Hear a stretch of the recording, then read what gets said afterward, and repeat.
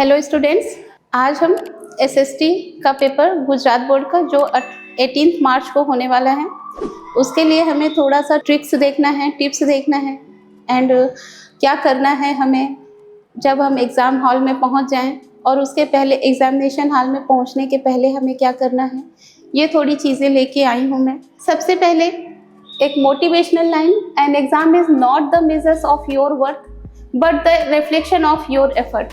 मतलब आप एग्ज़ाम से आप केवल एग्ज़ाम आपके प्रयास को दिखाता है, आपने कितना अपना एफर्ट डाला अपने रिजल्ट के लिए, अपने स्टडी के लिए, ये दिखाता है।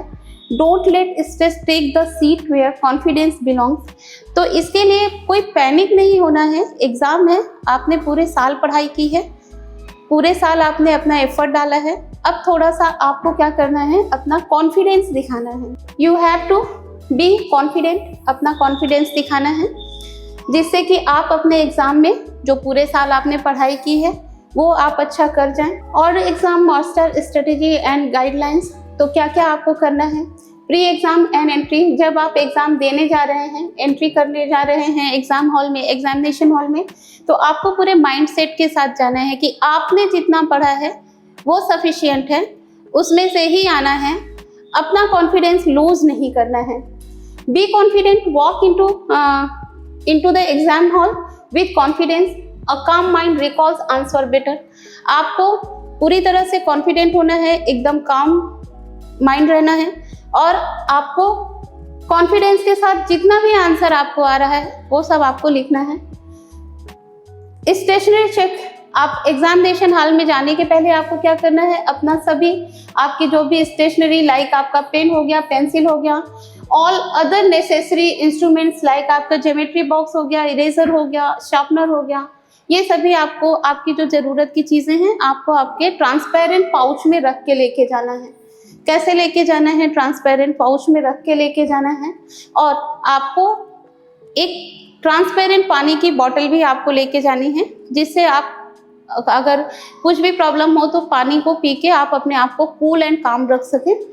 नेक्स्ट, फर्स्ट 15 मिनट आपको जब क्वेश्चन पेपर मिल गया तो आप 10 to 15 मिनट में आपको क्वेश्चन पेपर को अच्छे से रीड करना है। अच्छे से रीड करने का मतलब जब आप क्वेश्चन पेपर को रीड कर रहे हैं उस ड्यूरिंग में आपको ये देख लेना है कि किस क्वेश्चन का आंसर आपको अच्छे से आ रहा है और किस क्वेश्चन का आंसर नहीं आ रहा है। और अगर बाई चांस किसी क्वेश्चन का आंसर नहीं आ रहा है तो उस समय भी आपको अपने आप को शांत रखना है, कूल एंड काम रखना है, कोई भी पैनिक नहीं होना है। Next, plan your attempt, tick the questions you are confident about the plan to attempt first. जब आप क्वेश्चन रीड कर रहे हैं उस टाइम में आपको क्या करना है कि सबसे पहले आपको जो क्वेश्चन के आंसर आ रहे हैं आपको उनको टिक करते जाना है, जिससे बहुत छोटे छोटे से पेंसिल से आपको टिक करते जाना है, जिससे जब आप आंसर लिखना शुरू करें तो आपको कहीं पे भी कोई कंफ्यूजन नहीं हो। आंसर शीट डिटेल्स, जब आपको आंसर शीट मिल गई है, पहले आपको fill in the first page, answer sheet का फर्स्ट पेज भरना है, फिल करना है, जिसमें आपको आपका roll number very carefully, you have to fill your roll number very carefully. Centre code, आपका सेंटर जहाँ पे होगा वहाँ आपका कोड होगा, वो फिल करना है। ये सभी चीज़ें जब आप फिल कर रहे हैं तो आपको कोई मिस्टेक नहीं करनी है। Don't try to cut anything, बहुत ध्यान से केयरफुली उसको फिल करना है आपको। आंसर राइटिंग एंड प्रिपरेशन, अब आपने क्वेश्चन रीडिंग कर ली, आंसर शीट आपने फिल कर दिया फर्स्ट पेज, अब आपको आना है आंसर राइटिंग के लिए।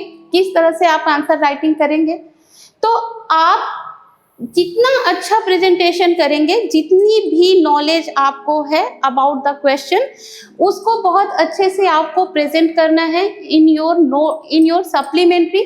राइट आंसर पॉइंट वाइज, तो एसएस में हमें यही देखना होता है कि हमारा जो आंसर हो वो पॉइंट वाइज हो, पॉइंट नंबर 1, पॉइंट नंबर 2, जिस तरह से हमें आंसर आता है उस हिसाब से हमें 1, 2, 3, 4 ऐसे करके पॉइंट वाइज आंसर करना है। ठीक है, हमें लॉन्ग पैराग्राफ में आंसर नहीं करना है, बिकॉज लॉन्ग पैराग्राफ में जब आप आंसर करेंगे तो आपका आंसर प्रॉपर दिखेगा नहीं ना, तो आपका प्रेजेंटेशन बहुत अच्छा होना चाहिए।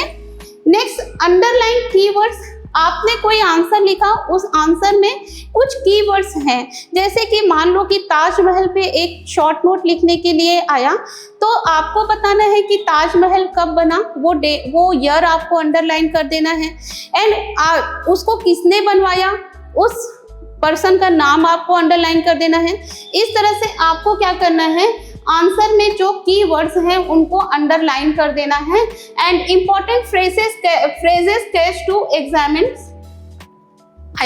उस आंसर में जो भी इंपॉर्टेंट फ्रेजेस हैं आपको वहां पर अंडरलाइन कर देना है।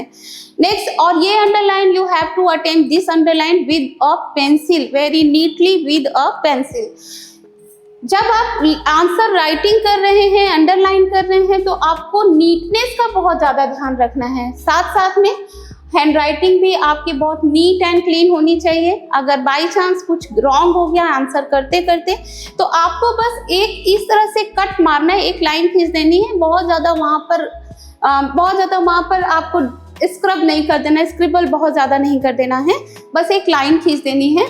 और ट्राई करना है कि avoid cutting if a mistake happens, तो ज़्यादा कोशिश करो कि आंसर आपका सही हो, बट अगर बाई चांस हो ही जाता है तो बहुत ज़्यादा करना नहीं है, सिंगल लाइन से एक बस उसको कट लगा देना है।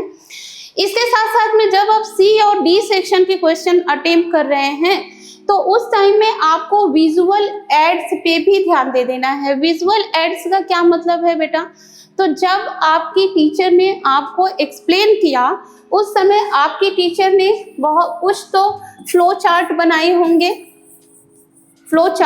होंगे, उन्होंने मैप में भी आपको दिखाया होगा, उन्होंने कुछ पाई चार्ट भी बना के दिखाया होगा इस तरह से कि ये है।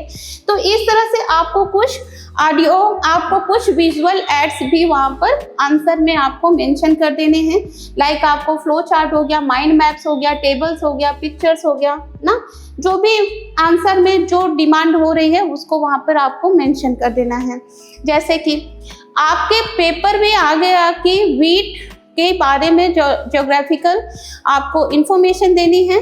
देन आप जब ज्योग्राफिकल इंफॉर्मेशन देने के बाद कौन सा स्टेट हायर प्रोड्यूसर है, इंडिया के किस स्टेट में वीट का प्रोडक्शन होता है, वो आप हल्का सा मैप बना के, छोटा सा मैप बना के आप वहाँ पर उसको शो कर सकते हैं, जिससे कि आसानी से आपका वो क्लियर हो जाएगा। नेक्स्ट है length of answer mark wise strategy. जब आप आंसर लिख रहे हैं तो आपको ये ध्यान रखना है कि आप कितने मार्क्स के लिए वो आंसर लिख रहे हैं। अगर आप 2 मार्क्स के लिए लिख रहे हैं तो 4 पॉइंट विल बी सफिशिएंट। अगर आप 3 मार्क्स के लिए आंसर लिख रहे हैं तो 7-8 point will be sufficient.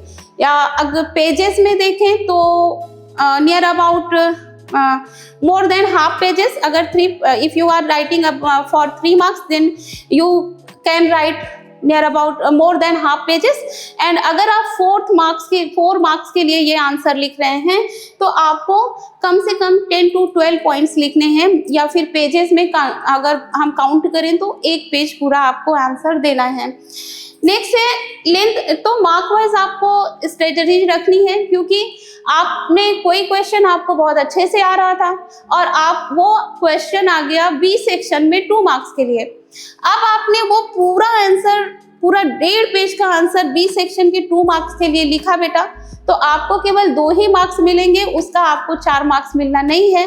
But आपकी कहाँ पर आपसे क्या जाएगा, आपका जो मोर इम्पोर्टेंट टाइम है वो टाइम कहीं ना कहीं आपका निकल जाएगा। तो आपको क्या करना है, मार्क्स के अकॉर्डिंग ही आपको आंसर देना है। नेक्स्ट है आपको टाइम मैनेजमेंट ध्यान रखना है कि आप जल्दी से जल्दी अपने क्वेश्चंस को कंप्लीट करें, आंसर आपका कंप्लीट हो।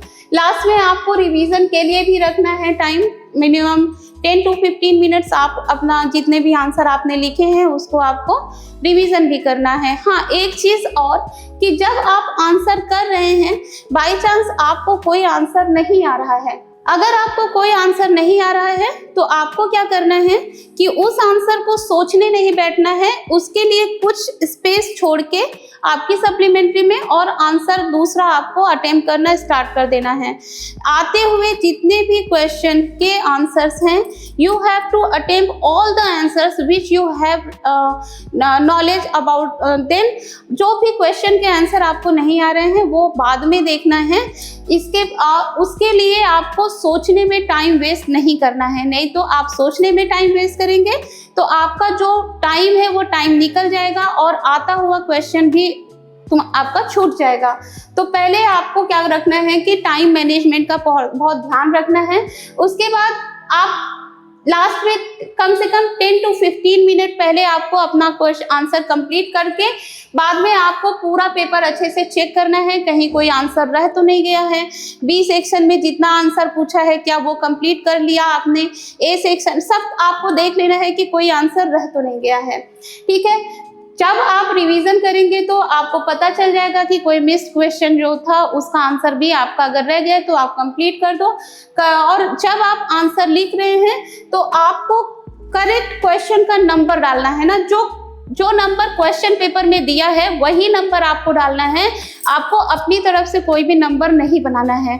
आप अगर और के क्वेश्चन हैं, और में भी क्वेश्चन आता है, एक क्वेश्चन दिया फिर और करके दूसरा क्वेश्चन दिया, तो अगर आपने ए वाला अटेम्प्ट किया है तो यहाँ पर आपको आंसर के आगे वो डाल देना है, मेंशन कर देना है कि ये और में ए वाले क्वेश्चन को मैंने अटेम्प्ट किया है। ठीक है, इस तरह से ये करना है। बाद में आपको करेक्ट जो नंबर ऑर्डर है वो आपको मेंशन करना है। इसके बाद आप जब आपका आंसर कंप्लीट हो जाए, आंसर कंप्लीट करने के साथ आप नया सेक्शन, न्यू सेक्शन आपको न्यू पेज से स्टार्ट करना है। न्यू सेक्शन आपको न्यू पेज से स्टार्ट करना है, सेम पेज से नहीं करना है। ठीक, उसके बाद जब भी आपका एक आंसर कंप्लीट हो गया, एक आंसर कंप्लीट करने के बाद आपको एक लाइन खींच देनी है। जब भी आप आंसर नंबर लिख रहे हैं वो आपको सेंटर ऑफ द पेज पे लिखना है। मान लो ये आपकी सप्लीमेंट्री का पेज है और यहाँ पर आपको पहले तो एक मार्जिन लाइन खींचनी है। आंसर नंबर आपको यहाँ सेंटर में डालना है। मान लो answer number 1 section C, answer number 1।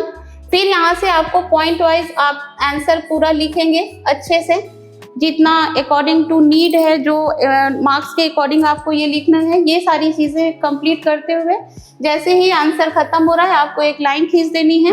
और आप अगर सेम पेज से कोई दूसरा क्वेश्चन का आंसर स्टार्ट कर रहे हैं तो इस क्वेश्चन के फर्स्ट क्वेश्चन और सेकेंड क्वेश्चन के बीच में कम से कम आपको 2 या 3 लाइन छोड़ देनी है, जिससे कि क्लियरली पता चले, जब एग्जामिनर आपकी कॉपी चेक करे तो क्लियरली उन्हें पता चले कि आप यहाँ से दूसरा आंसर स्टार्ट कर रहे हैं। आपको अपना जो सप्लीमेंट्री है उसका रिप्रेजेंटेशन बहुत अच्छी तरह से करना है। नॉलेज आपको जितना है आंसर उतना कर देना है, उसमें कोई घबराने वाली डरने वाली बात नहीं है। एक चीज, कुछ चैप्टर्स हैं एसएस में, चैप्टर नंबर 1, 2, 3, 5, 8, 10, 12, 13, ये कुछ चैप्टर्स हैं जो कि मोस्ट इम्पॉर्टेंट है।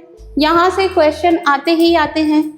This chapter is most important, इनमें से क्वेश्चन आना श्योर है, इनमें से क्वेश्चन आना श्योर है। यहाँ से मीन्स ये चैप्टर्स अगर आप पढ़ लेते हैं तो आपको कोई रोक नहीं सकता है। इसके आगे आप यहाँ पर एक बार मैं मेंशन भी कर देती हूँ। नेक्स्ट लास्ट में आपके लेसन 17, लेसन 18, लेसन 20, ये कुछ मोस्ट इम्पॉर्टेंट चैप्टर्स हैं।